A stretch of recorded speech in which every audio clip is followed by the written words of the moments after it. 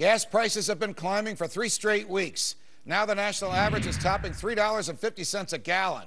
That's almost 40 cents more than a month ago and about 75 cents higher than a year ago. And with the nation nearing the summer driving season, gas prices are expected to increase even more. And my next guest says the president's energy policies are making the situation even worse.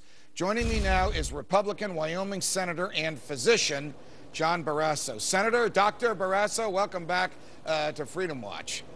Thanks so much, Judge. Appreciate it. What do we do about the president's policies, like interfering with drilling in the Gulf of Mexico to the point where a federal judge has to hold some of the president's own people in contempt of court for not following the judge's orders? Well, you know, you're absolutely right. People are feeling the pain at the pump at home all across this country. Families are feeling it.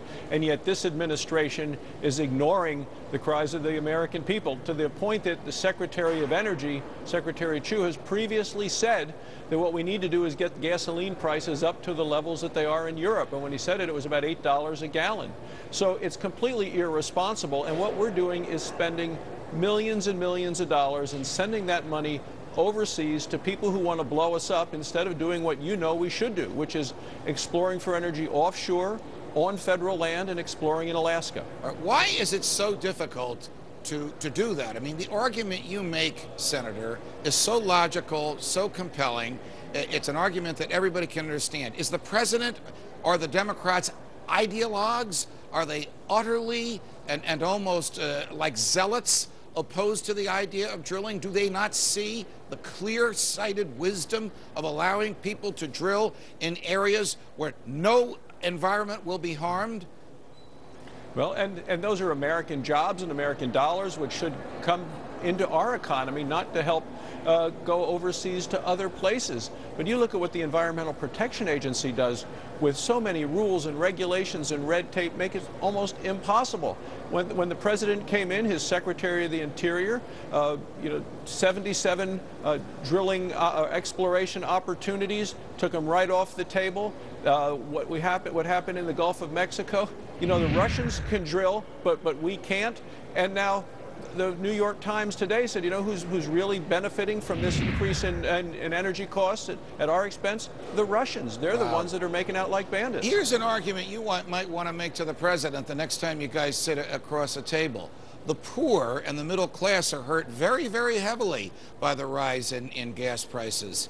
They do not have the expendable income that allows them to pay that additional money every time they fill up the tank. The Federal Reserve is causing all sorts of prices to go up. Now the president won't do anything that will let these oil prices go down. And then I would also argue it to the president, as soon as drilling is permitted, the price of oil will go down, even though it'll be years before that oil turns into gasoline, because the financial people and the speculators will know what's coming. Why doesn't he understand that?